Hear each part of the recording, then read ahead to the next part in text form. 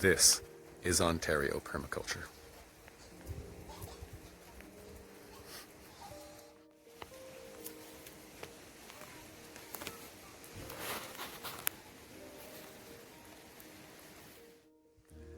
It is May 28th, 2021, and we have had a snowstorm. Blizzard, in fact, today. Blizzard, as we define it, being unable to see the trees across the field.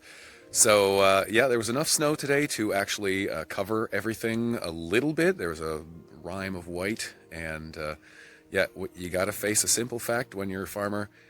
The weather is always going to be a factor. It's something you can't control. Now, this is one of the great things about permaculture is it gives you a few more controls, lets you use nature to your benefit.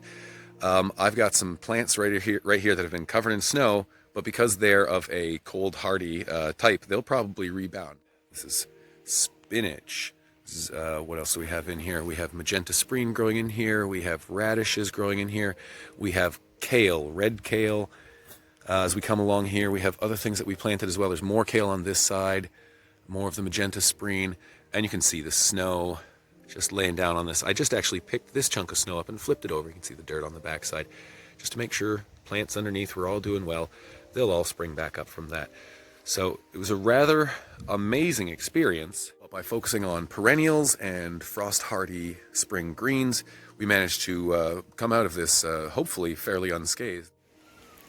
As we come through the food first here, we pass the romance cherries. You can see the hazelnuts. There's lots of violets on the ground. Lovage and parsnip in there. The yosta berries here coming up on the left with daylilies below them and some annuals planted on the black spot this year. We come past the borage and back to the rhubarbs. Now here we have the only plants that seem to have suffered. Pepper plants and basil. Very, very frost sensitive.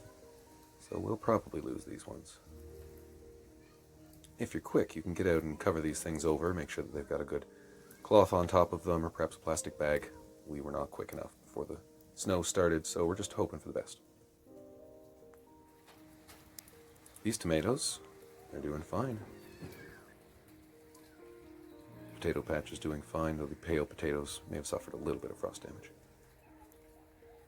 Let's see, here's some currants. I doubt currants are going to suffer any issues whatsoever. You can see these berries, the production is strong.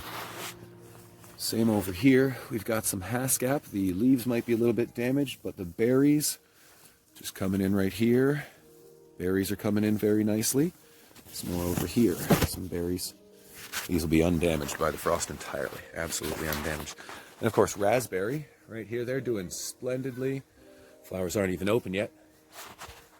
No issue there. And then last stop, this is my area of concern. We've got the plum tree, but it looks like these fruits have already set. So we've got these fruits right here, some small fruits already set up on this vine. Here's my finger here. And then, yeah, some more small fruits here. Wonderful to see this. So, despite having a blizzard today, it looks like the fruit's probably still going to come through. We're still going to have a good harvest this year.